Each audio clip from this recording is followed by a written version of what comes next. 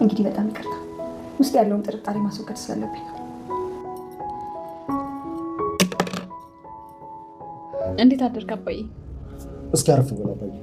ዛሬ ልጅ የሰራችውን ቁርስ ነው የምትበላው ማለት? እሷን አምናችሁ የሰራችው ምግብ ልትበሉ ነው አባዬ? ቆይ ምን ሆናችኋል? እቺ አረመኔ እኮ አንተን ለመግደል ከአጸደ ጋር ስታስር የነበረች ሴት ነች። አባዬ እባክህ አፍሽን ዝግቢ ይሻላል። ሁላችንም ማምነን ስንጠጋሽ እንዴት እንደዚህ ታደርጊያለሽ? አልሰማ አልከኝ እንጂ ዝራ። እኔ እኮ አስቀድሜ ነገር ነበር። እባካችሁን እመኑ አባዬ። ማታ እኮ በስልክ የሰማው ሁሉ እና ይሄን ውሸት ነው በእኛ።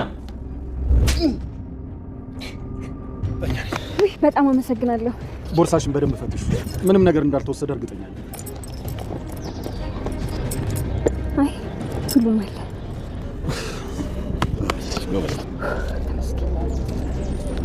ምንድን ነው እሷ ነው? ይሄ ሚስጥር ቁልፍ መፍቻ ነው ሲመስለኝ። የእህቴን ብድር መልሻለሁ። እናንተ ሁለታይን እንዲያሳነስከው የኔ ውድ ማን ነበረ ስሟ? ሜርሲ። የኔ ቆንጆ ድጋሚ እንዲህ አይነት ነገር አታድርጊ እሺ? ሁሉም ነገር የሚገኘው በመኖር ውስጥ ነው እሺ? ጊዜ ስለሌለኝ ነው እንጂ ከአንቺ ጋር በደንብ ባወራ ደስ ይለኝ ነበረ። በቃ ቤት ድረስ ላድርሳችሁ። እኔም የሆነ የምሄድበት ቦታ አለኝ። ችግር የለውም። እኔ መኪና ስለያዝኩ ማድረስ እችላለሁ። እና እህቴንና ሚስቴን ስላተረፍሽልኝ በድጋሚ በጣም አመሰግናለሁ። ምንም ችግር የለውም። ሀብል አሁን በጣም ደህና ስለሆነች ዶክተሩም ድጋሚ ቀጠሮ አልሰጠኝም።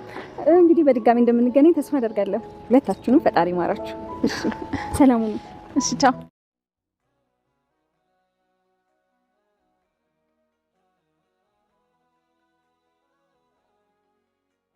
ሜርሲ የሰራችውን ምግብ ማንም ሰው እንዳይመገብ ለውሻም እንዳይሰጥ እሷ ወንድሟን ልታስገድል ባሴረችበት ጊዜ ምናልባትም ደግሞ እኔ አባቷንስ ለመግደል ብታስብ ምን ይታወቃል። ስለዚህ እሷ የሰራችውን ምግብ ማንም ሰው እንዳይመገብ፣ በዛ ላይ ደግሞ በድጋሚ ከአክስቷ ጋር ስታወራ ሰምቻታለሁ። እኔማ የእውነት የተጸጸተች መስሎኝ ይቅርታ አድርጌላት ነበር። ከዚህ በኋላ ግን የኔ ልጅ ሜርሲ ሞታለች ብሏል አቶ እስክንድር። እንዴ አባዬ፣ እሷ እኮ የእውነት ተጸጽታለች፣ እውነታውንም የነገረችኝ ራሷ ባንደበቷ ነው ብሎ ነበር። ለዛ ነዋ በድጋሚ ከአክስቷ ጋር ስታወራ የነበረው። በእርግጥም ሜርሲ አውርታ የነበረው ከአክስቷ ጋር ቤተሰቧን ለመጠበቅና የሷን ሴራ የሷን እቅድ ቀድማ ለማወቅ አስባ ነበር። ግን ደግሞ ይሄንን ያልተረዳት አቶ እስክንድር በውሳኔው የሜርሲ ህሊና ተጎድቷል። እዝራም ቢሆን አባቴ አይዋሽም፣ ምንድነው የምታስረጅኝ? አባቴን ይዋሻል ልትይ ነው? ስለዚህ የኔም እህት ሜርሲ ሞታለች ብለው ሁሉም በአንድ አፍ ደምድመዋል። ተዘጋጅቶ የነበረውም ቁርስ ሳይበላ ቀርቷል። ሜርሲ የራሷን ከባድ ውሳኔ ወስናለች። ራሷን መርዛለች። ሀብል አረን የጥሩ ስሜት እየተሰማኝ አይደለም፣ ከማንም በላይ የሜርሲ ጉዳይ እያሳሰበኝ ነው ብላ ነበር። አቶ እስክንድር ሜርሲን አታውቂያትም ማለት ነው፣ በጣም ራሷን የምትወድ ልጅ ናት፣ በራሷ ላይ ምንም ነገር አትወስንም ብሎ ነበር። ሀብል ግን እኔ ምንም ጥሩ ስሜት እየተሰማኝ ስላልሆነ ባስረግጥ ይሻላል ብላለች። ወይዘሮ ሀና ልጇን ወደ ቀጠሮዋ ይዛ ለመሄድ እንግዲህ በቀጠሮ ሰዓት ተገኝታለች። አቶ እስክንድር እንኳን ሰላም መጣሽ ካላት በኋላ እንዴ ረስታችሁት ነው እንዴ? ዛሬ እኮ የቀጠሮዋ ቀን ነው የሀብል ብላ ነበር። እንዴ ረሳ ነው እኮ ምን አይነት መልካም ሴት ናት እያሉ የልጃቸውን እናት እያሞገሱ ነው። ሀናም ምክንያቱም በማታውቀው መንገድ ከዛ ቤተሰብ መለየት ከብዷታል። እና ልጇን እንግዲህ ወደ ዶክተር ይዞ ለመሄድ በመጣችበት ነበር ሀብል ኦኦ ያለችው። ይሄ የሚሆነው ምንድነው? ሜርሲ ራሷን መርዛ ወድቃ ነበር። አቶ እስክንድር ሜርሲን ተሸክመው ወደ ሆስፒታል ሄደዋል። ወይዘሮ መነንና አጸዴም ሌባ አስከትለው ልከውባቸዋል። ይሳካላችሁ ይሆን ወይስ ምን ይፈጠራል? ሰላም ጤና ይስጥልን ውድና የተወደዳችሁ እንደምን አላችሁ? በያላችሁበት የዓለም ዳርቻ ሰላማችሁ ብዝት ይበልልን እያልን መጠናል። በቅንነት ላይክ፣ ሼር፣ ሰብስክራይብ እያደረጋችሁ ቤተሰብ አድርጉን። ወይዘሮ ሀና የውስጧን ጥርጣሬ ለመሻርና የልጇን ትክክለኛ ማንነት ለማወቅ ስትል የዲኤንኤ ምርመራውን ማካሄድ እንዳለባት ወስናለች። ነገር ግን መላምቶች ይዘዋታል። ይሄ ነገር ልተው፣ ይሄን ማድረጌ ደግሞ ሌላ የሚያመጣው በልጅቷ ላይ ተጽዕኖ ይኖር ይሆን? ደግሞ እኔም ልጅም ወደናታል፣ ልጅስ ባትሆን እንወዳት ነበር የሚል በጣም ብዙ ጥያቄዎች እየተመላለሱባት ነው። ግን ደግሞ የወይዘሮ መነን ሁኔታ ይሄን እንዳልጠረጥር አያደርግም። ሁኔታዋ፣ መቅበዝበዟ፣ ፍጥነቷ፣ መደናገጧ፣ ሁሉም ነገር የሚያጠራጥር ነገር አለው። ስለዚህ እውነቱን ማወቅ አለብኝ ብላ ወስናለች። ስለዚህ ሀብልም አሁኑኑ ማድረግ ትችያለሽ ብላ ኩኩሻ በወይዘሮ ሀና ሀሳብ ተስማምታለች። ወይዘሮ መነን የተማመነችውን ተማምና የአጸዴን ተንኮል ተማምና እንጂ በጭራሽ ይሄ ነገር እንዲሆን የምትፈቅድ አትመስልም ነበር። ግን ደግሞ እሷ በሙሉ ኮንፊደንስ መቀየር እንችላለን፣ የልጇን ጸጉር ቅንጣት እንቀይራለን የሚል ሀሳብ ተነስቶ ስለነበረ በዚህ ሀሳብ ተስማምተው እንግዲህ ጸጉሩን ቆርጣ ራሷ ወይዘሮ መነን ሰጥታታለች ማለት ነው። ወይዘሮ መነን እውነቱን በውሸት ለመደበቅ ብዙ ርቀቶችን ሄዳለች። ይሄ ምንድነው? ወይዘሮ ሀና ክፍል ካሜራ አስቀምጣለች። ወይዘሮ ሀና ለብዙ ጊዜ እንግዲህ ምሽት ላይ ክፍሏ በገባች ጊዜ ስራዋን ትሰራለች። ለዛም እንቅልፍ እንዳይጥላት ብዙ ጊዜ ምሽት ላይ የቡና የመጠጣት ልምድ ያላት። ያን ቀን ግን አልሳካ ብሏቸዋል። ወይዘሮ ሀና ከጓደኛዋ ጋር እያወራች ስለ ልጇ እያሰበች ስራ መስራት እንዳቃታት ብዙ ነገሮችን በሐሳብ እየተብሰለሰለች ስለነበረ ቡናውንም ረስተዋለች። ወይዘሮ መነን ግን ቡናው ላይ የእንቅልፍ ገኒን አርጋበት ነበር። ግን ደግሞ እንደጠበቀችው አንድ ሲኒም እንኳን አልጠጣችላትም። ኩኩሻ እጅግ በጣም ተጨንቃለች። ኩኩሻ መቼም ለዚህ አይጸለይ ነገር የሰውን እድል ለኔ ያምጣው ተብሎ መቼም ግድ እናቴ ትሆን አይባልም። ይሄ የዲኤንኤ ምርመራ ቢሳካና ልጇ እንደሆንኩ ቢረጋገጥ የእውነት እድሰት ይሆን? የእውነት እናቴ ናት ብዬ አመን ይሆን? ብዙ ጥያቄዎች እየተመላለሱባት ነው።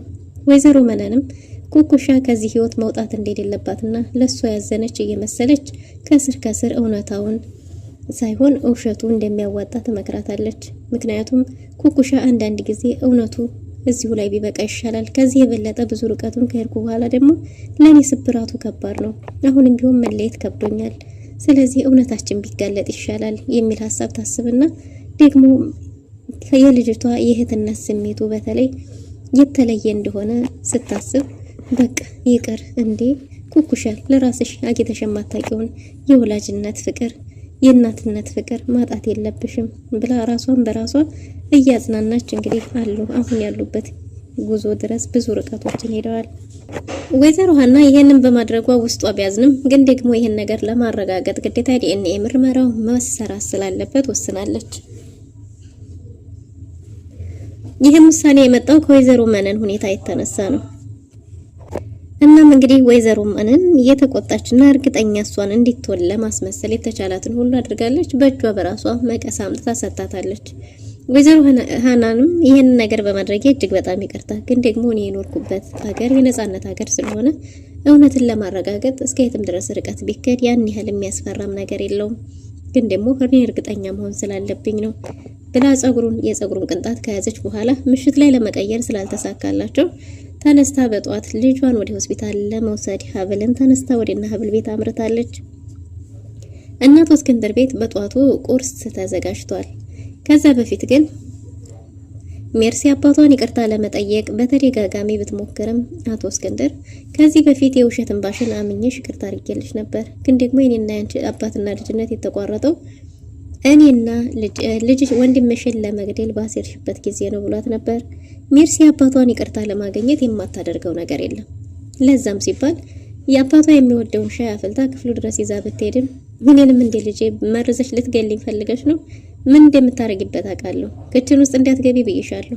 ለኔም ሆነ ለልጄ ምንም ነገር እንዳሰሪ ኩሽናም እንዳትሄጂ ብሏታል። ሜርሲ የምግብ ጠረጴዛው ላይ ከቤተሰቡ ጋር እራት እንዳትታደም አባቷ ማዕቀብ ጥሎባታል። እዝራም እህቱን ክፍሏ ድረስ ምግብ ይዞ ሄዶ አባቷን ይቅርታ እንዲያደርግላት እንደሚያደርግና ለጊዜው ተናዶባት እንጂ እኔ ባለ ጉዳዩ ይቅርታ ካደረኩልሽ እሱ ይቅርታ የማያደርግልሽ ምንም አይነት ምክንያት የለም፣ ይቅር ይልሻል፣ ግን እስከዛው ድረስ ተናዶ ንዴቱን እስከሚያልፍ ነው የሚሆነው። አሁን ግን ወንድምሽ መጥቷል ብሎ እዝራ እራቷን እንድትበላና በሚቀጥለው ግን በምግብ ጠረጴዛው ላይ መሰየም እንደምትችል ነግሯት እራቷን እህቱን ካበላ በኋላ ሜርሲም ያሁን መቀየሯ ከልብ እንደሆነ አሳምናለች። ተነስታም እዝራም ተነስቶ እንግዲህ ወደ ክፍሉ በሄደ ጊዜ በሌሊት አጸዴ ደውላላት የሜርሲን አቋም ለመጠየቅ ምን ላይ እንደሆነች ለማወቅ ጠይቃ ነበር። ያ ማለት ሜርሲን መጠቀሚያ አሁንም እንዲታረጋት ስለምትፈልግ ሜርሲ በደወለችላት ጊዜ እቅዳችን በስርዓት ተሳክቷል፣ በአሁኑ ሁላቸውንም በደንብ ያመኑኝ ይመስለኛል ብላለች። ከአባዬ ውጭ አሁን ሁሉም ነገር የተሳካ ይመስለኛል፣ ወንድሜም ከልቡ አምኖኛል፣ ለእቅዳችን ይሄ ደግሞ ትልቅ አስተዋጽኦ አለው ስትል አቶ እስክንድር ወደ መጸዳጃ ቤት ሲሄድ ልጁ ሜርሲ ስትል የነበረውን በሙሉ ሰምቷል። እኔ እኮ የእውነት ስታለቅስ ታቀይራ መስሎኝ ነበር፣ ግን ደግሞ ልጅን እንዳትመለስ አድርጋ መርዛታለች። ብሎ በአጸዴውን እና በቤርሲ እጅግ በጣም አዝኖ ወደ ክፍሉ እሷን ምንም ሳይል ተመልሷል።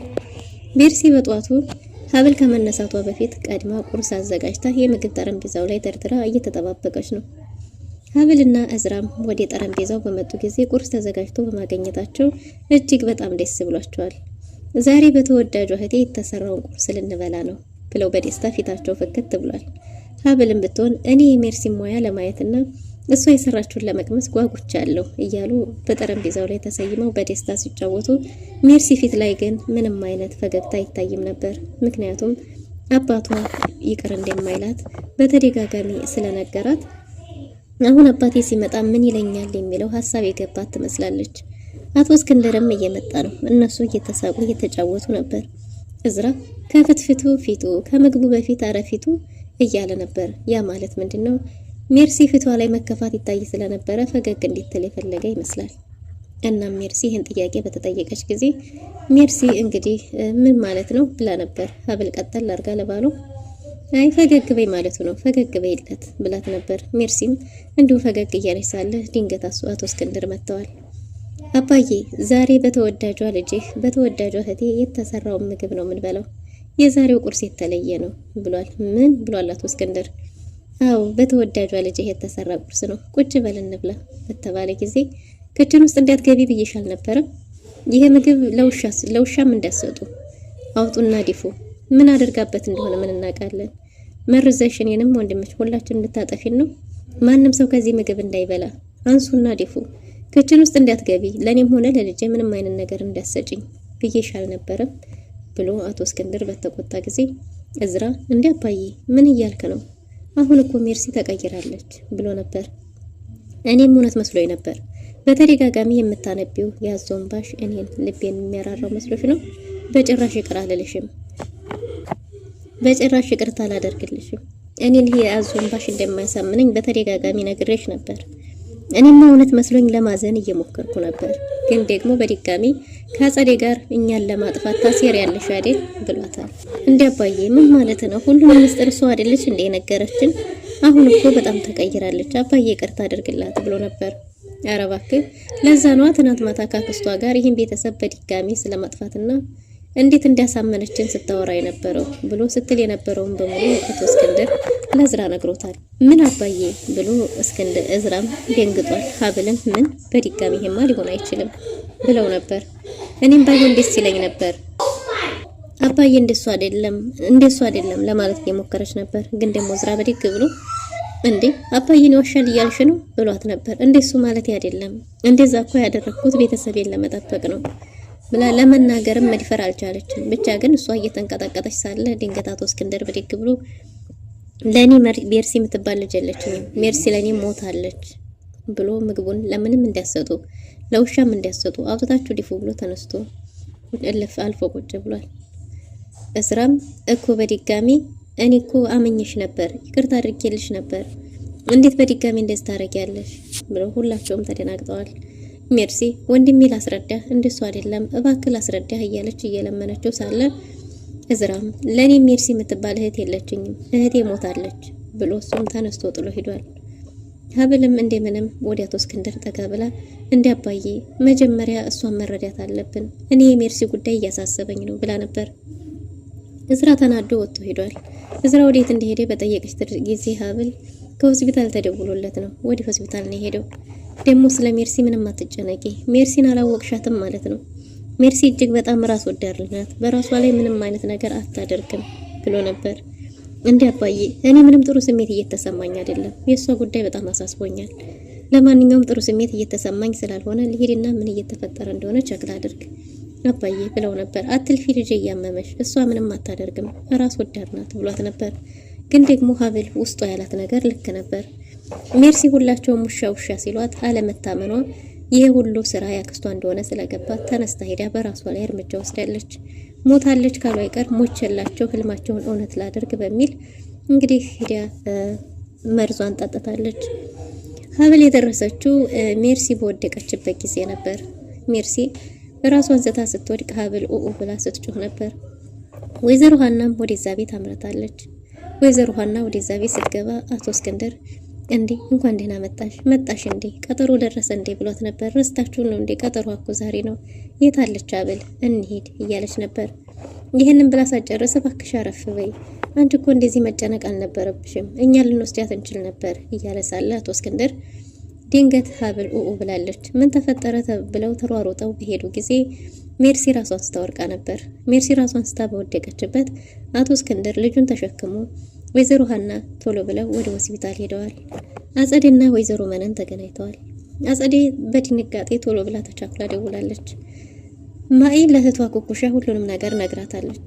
ወይዘሮ ሀና ለመጀመሪያ ልጇ ለሀብል እንጂ ለማኢ ምንም አይነት ቦታም ሆነ ጊዜ እንደሌላት፣ በእርግጥም አባትና እናቷ አብረው ሲኖሩ ለረጅም ጊዜ ይጨቃጨቁ እንደነበረና የቤተሰብ ፍቅር ያን ያህል እንደሌላት፣ የሰው ማጣት፣ የሰው ራብ፣ የሰው ናፍቆት እንዳለባት ተናግራለች። በእርግጥም እናቴ ታላቅ እህት እንዴት እንደ ሁለተኛ እናት ነው እያለች አሳድጋኛለች። እናቴ ግን ለኔ ሳይሆን ፍቅሯ ለመጀመሪያ ልጇ ነው። የመጀመሪያ ልጇን በጣም ነው የምትወዳት። እናቴ አባቴ ከሞተ በኋላ ከአባቴ የወረሰችው ሀብት በጣም ብዙ ቢሆንም ግን ደግሞ እሷም ያለ እረፍት ቀን ተሌት ትሰራለች። ከስራዋ ውጪ የምታገኛትን እረፍት ደግሞ ልጇን ጥላ ሄደቻትን የመጀመሪያ ልጇን እያሳለፈች ረጅም ጊዜ እያሰበች ረጅም ጊዜ ታለቅሳለች። ስለሷ ታስባለች። እኔ ብቻ ነው ጊዜ ሳሳልፍ የነበረው እባክሽ እያለቻት ነው። ኩኩሻም ተላምዶ መለያየት ከባድ ስለሆነ እኔ እናትሽ ልጅ ብሆን ደስ ይለኝ ነበር፣ ግን ደግሞ እንደዛ ባይሆን ውጤቱ እንዳትጎጂ ብዙ አትቅረቢኝ እያለቻት ነው። ግን ደግሞ ማኢ እባክሽ እኔ ልጇ ባልሆን ብለሽ ትጠራጠሪያለሽ እንዴ? ምንድነው የማታውቂው ነገር? እባክሽ እኔ ሰው ማጣት ያስፈራኛል። ያለ ወትሮዋም ከአንቺ ጋር ልተኛ አንዳንዴ እፈራለሁ ብላ ከኩኩሻ ጋር ለመተኛ ጠይቃለች። ኩኩሻና ወይዘሮ መነን ሌሊት ተነስተው ጸጉሩን የዲኤንኤ ናሙናውን ለመቀየር እየታገሉ ነበር። ወይዘሮ መነንም አልተኛችም። የማኢ ከሷ ጋር መተኛትም እንዴት እንደዚህ ታረጊያለሽ ስንት ነገር ካሰብን ብላ ወይዘሮ መነን ኩኩሻ ላይ ብጮህባትም ማኢ ምንም ችግር እንደማትሆንባቸውና ለራሷ እንደተኛች ተናግራለች። ግን ደግሞ ወይዘሮ ሀና ፍቅሯ ለመጀመሪያ ልጇ እንጂ እሷን እንደማትወዳት በተናገረች ጊዜ ወይዘሮ መነን እጅግ በጣም ተደናግጣለች። ይሄ ማለት ምናልባትም እኮ ልጇ ላትሆን ትችል ይሆናል ብላ ነበር ኩኩሻ። ልጅ ልጇ አይደለሁም እናቴ አይደለችም አይደለም ያለችው፣ የምትወደው የመጀመሪያ ልጇን ነው ያለችው። ስለዚህ ይሄ ሀሳብ አይግባሽ ብላት ነበር። እንደዛ ቢሆንስ ውጤቱ የተለያየ ቢሆንስ ስትላት፣ ያ ማለትማ ፈጣሪ አጋለጠን ማለት ነው፣ እንዲሁም እውነቱ ተጋልጦ ወዲያ በተገላገልኩ ትላለች። ኩኩሻ በራሷ ለመወሰን እጅግ በጣም ተቸግራለች። ወይዘሮ መነን ጠዋት ወይዘሮ ሀና ስትወጣ ባየች ጊዜ አጸዴ ጋር ተደዋውለው ተገናኝተዋል። አጸዴ ከዚህ በፊት ጠቀም ያለ ወርቆችን ከወይዘሮ መነን ወስዳ ነበር። አሁን ደግሞ ሰላይ የቀጠርኩት ይሄንን ወርቅ ጌጣጌጥ ሸጬ ነው፣ ሂሳቡን ታወራረጃለች ብላ ለወይዘሮ መነን በጣም ከባድ ገንዘብን ጠይቃታለች። ወይዘሮ መነንም ይሄ ውጤት ተመሳሳይ ይሁን እንጂ ከዛ በኋላ ምንም የገንዘብ ችግር አይኖርብንም ብላ ተስፋ አድርጋለች። ወይዘሮ ሀና እና ሀብል ቤት ሄዳ ሀብልን እና ሜርሲን ይዘው ሆስፒታል በሄዱበት ጊዜ ሆስፒታል ሜርሲን ካደረሱ በኋላ ሜርሲም ቶሎ በመምጣቷ ብዙ የከፋ ችግር እንደማይገጥማት ብዙም ወደ ሰውነቷ መርዞ እንዳልተሰራጨ ዶክተሮች ተናግረዋል። እንደዛ ከሆነማ በቃ ሀብልን እኔ ይዣት ልሄድ ብላ ወደ ሀብል ቼክአፕ ይዛት ሄዳለች። ሀብል ያለችበት ሁኔታ ጥሩ ስለሆነ ድጋሚም ቀጠሮ አልተሰጣትም። እንግዲህ እዝራም እህቱ መመረዟን በሰማ ጊዜ ሲሮጥ ወደ ሆስፒታል ሄዶ ነበር። ሁላቸውም ይህን ነገር በማድረጋቸው እጅግ በጣም ተጸጽተዋል። አቶ እስክንድርም ልጄን እንድትሆን ያረኳት እኔ ነኝ፣ እዝራም ደግሞ እህቴን እንዲያረኳት እኔ ነኝ፣ ሁላቸውም በጸጸት ተብሰልስለዋል። ዋናው ነገር ግን የኩኩሻ ማነው የሜርሲ ሰላም መሆን ነው በሚለው ተጽናንተዋል። ወይዘሮ ሀና ቶሎ በመድረሷ እንደሆነ ሜርሲም የተረፈችው በዚህ ምክንያት እንደሆነ በተነገረ ጊዜ እዝራ ለሚስቱና ለእህቱ የዋለችለትን ውለታ እንደማይረሳ ተናግሯል። ቤተሰቡ በደስታ ተቃቅፈው ብዙ አብረው ያሳለፉ ጊዜ በሚመስል ሁኔታ ወደ ቤታቸው ተመልሰዋል። አቶ እስክንድር የወይዘሮ ሀና ሁኔታ ገርሞታል። እንደነዚህ አይነት መልካም ሰዎችም አለ። የተረጋጋች ሴት፣ ስነ ምግባሯ፣ ስርዓቷ፣ ሁሉ ነገሯ የተረጋጋች ናት እያለ አቶ እስክንድርም እያደነቀ ነው። በዚህ ሰዓትም እንደነዚህ አይነት ሰዎች አሉ እያለ ተያይዘው መንገዳቸውን ጀምረዋል። ወይዘሮ መነን እጅግ በጣም ተጨንቃለች። አጸዴም ሌቦችን አሰማርታለች። የወይዘሮ ሀናን ፖርሳ ድንገት መንገድ ላይ ነጥቀዋት በተባለ ጊዜ እዝራ ተከታትሎ እየሮጠ ነው። ሌባውም ሲሮጥ ቆይቶ ጥጉን ይዞ ጸጉሩን ካቀያየረ በኋላ ቆሞ ጠብቆት ለእዝራ ፖርሳውን ሰጥቶታል። እዝራም ፖርሳውን ይዞ ተመልሶ ለወይዘሮ ሀና ከሰጣት በኋላ እንግዲህ ውለታዬን የመለስክ ይመስለኛል። ለእህቴና ለሚስቴ ያረግሽልኝም ባለ ጊዜ እንዴ ውለታዬን አቀለልከው አንተ እያለችው ነበር። እሱም እንግዲህ በሌላ ውለታ እንደሚመልስ ተነጋግረው ከዚህ በኋላ በቃ ሰላም ሆኑ ቤት ላደርሳችሁ ባለች ጊዜ አይ ችግር የለም እኔ መኪና ስለያዝኩ እኔ ራሴ ላደርሳችሁ እችላለሁ ብሏል።